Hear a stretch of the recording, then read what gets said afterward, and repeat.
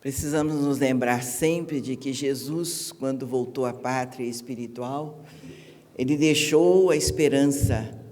Eu vou a meu Pai, mas não vos deixarei órfãos. Vos enviarei o Consolador, para que Ele fique convosco por todos os séculos dos séculos. Entendemos, então, à luz das explicações claras, lógicas, da doutrina espírita, que Jesus jamais voltará em corpo. Ele nunca nos deixou e jamais nos deixará, estará sempre com a humanidade em espírito, na verdade de Deus. Ele estará sempre como o Espírito, trabalhando pela divulgação das verdades de Deus, que Ele trouxe desde a manjedoura. Jesus não voltará em corpo. Jesus não tem mais necessidade de passar pelo mundo, porque Ele deixou nas almas sensatas a sua mensagem, a mensagem de Deus. Agora é a vez da doutrina dos Espíritos. São os Espíritos que formam o Consolador por Jesus anunciado.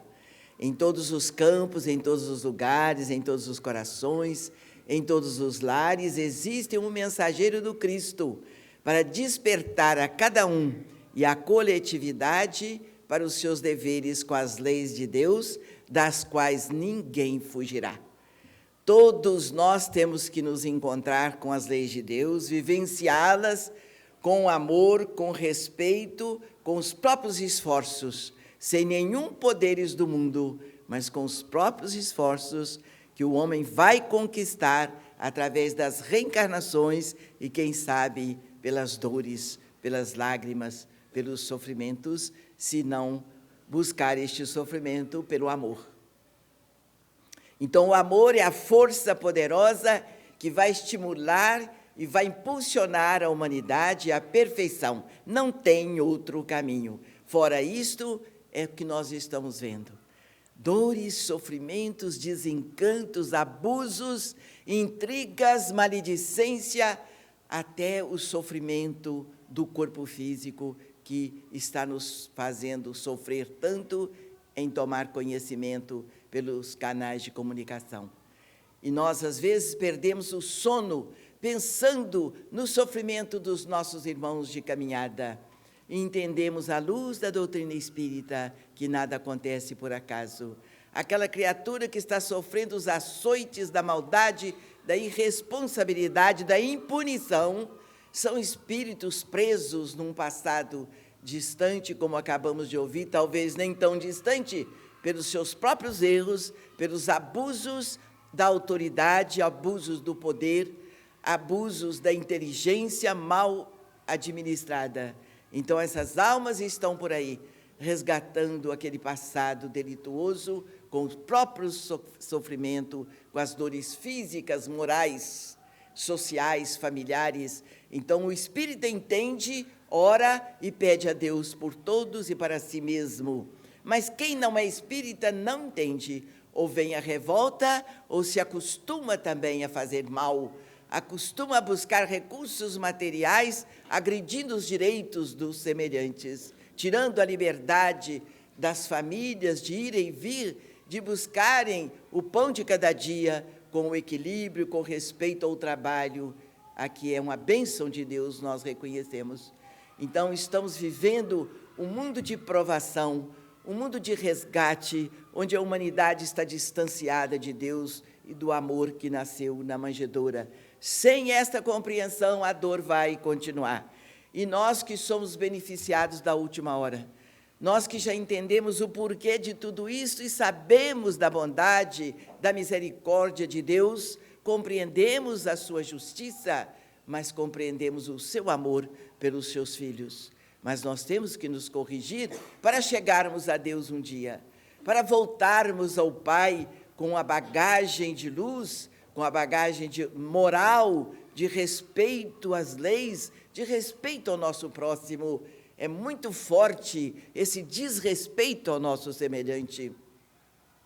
É uma agressão que marca não só no ser humano, mas no mundo dos espíritos que velam pela humanidade, que faz tudo para que a humanidade acerte o seu caminho para a ascensão espiritual. E os homens estão descuidados. Os chamados homens das leis estão plenamente desligados das leis de Deus, porque se a humanidade buscasse os recursos e as orientações necessárias no Código Divino, não era preciso tantas leis feitas por homens que não as respeitam. Não havia necessidade de tanta lei feita pelo homem que falha, que erra, que é altamente falível, embora ele seja capaz de aprender e de progredir, ele está preso ao mundo e às leis falíveis do mundo, feitas pelo próprio homem, que não a respeitam. E nós temos as leis de Deus ao nosso alcance, e a primeira coisa é amai-vos uns aos outros. Onde ficou esta lei? Onde as religiões tradicionais enterraram esta lei maravilhosa de Deus que abençoa, que protege, que ampara, que pacifica a humanidade? O que as religiões fizeram disto e o que as religiões estão fazendo desta mensagem? Eles substituíram a mensagem de amor ao próximo, de trabalho digno, de respeito à vida, por qualquer coisa material, social, cultural dos nossos dias, que não vão ser amanhã as verdades necessárias ao nosso progresso. Só as leis de Deus são eternas.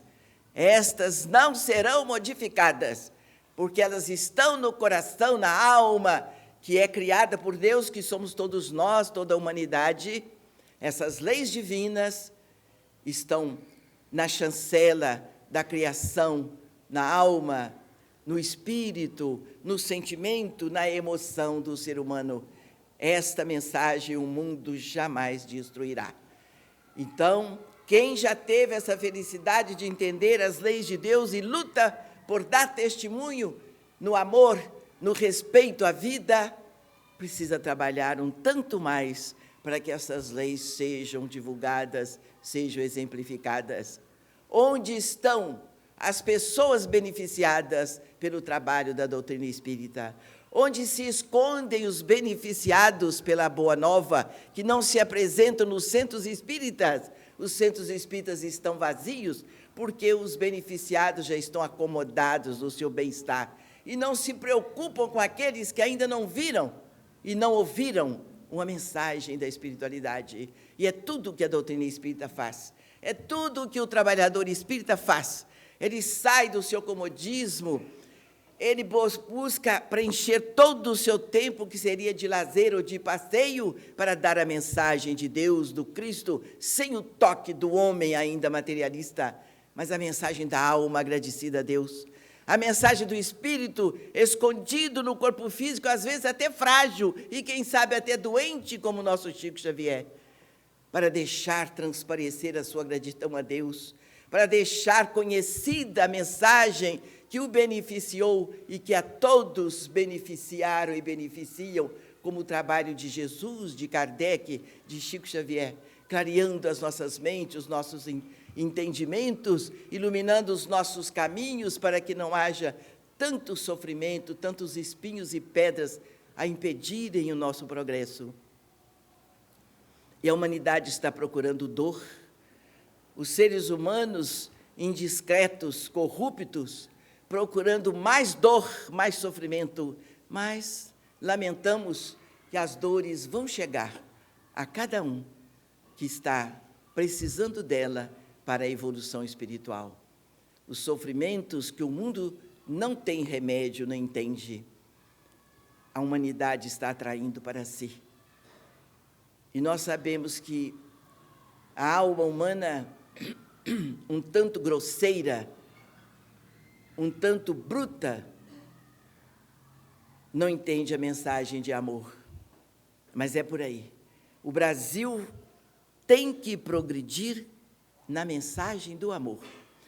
É esta força maior do Evangelho do Cristo que paira nos ares brasileiros, nos espaços ocupados pela maldade, ali vibra a mensagem de amor. Que sinta quem tem sensibilidade, que veja o Cristo e receba dele as suas bênçãos, quem para ele voltarem os seus ideais, as suas opções. Ninguém está desamparado. E nós temos que olhar, observar, orar, pedir a Deus, acalmar o coração pela certeza que temos da bondade de Deus e no amparo dos mensageiros espirituais, que se farão sempre em favor do nosso Brasil. O Brasil é a pátria do Evangelho, por isto tem que separar o joio do trigo. E essa separação dói. Toda separação dói, mas há necessidade que ela se faça. O Brasil é o celeiro do mundo. O brasileiro tem que produzir na seara do amor, da solidariedade, da vida reta, da vida digna, sem medo de passar fome, sem medo de sofrer o frio da indiferença, mas compreender que Jesus nos agasalha em seu peito amigo. O Cristo nos abraça a todos. Eu não decepcionarei quem em mim confiar. Jesus não decepciona quem nele confia. E é preciso mais esta confiança. Para isto, como ouvimos da nossa irmã, precisamos estudar a doutrina espírita, estarmos presentes no centro espírita. É o único templo de oração que se ocupa com o progresso do ser humano para Deus. Tudo mais Deus nos dá por acréscimo da divina misericórdia, mas este esforço é seu. Amor e dignidade em suas atitudes é a mensagem que você vai mandar para Deus. Tudo mais Ele lhe dará. Sem tanto sacrifício, não há necessidade de sacrifício para sermos felizes.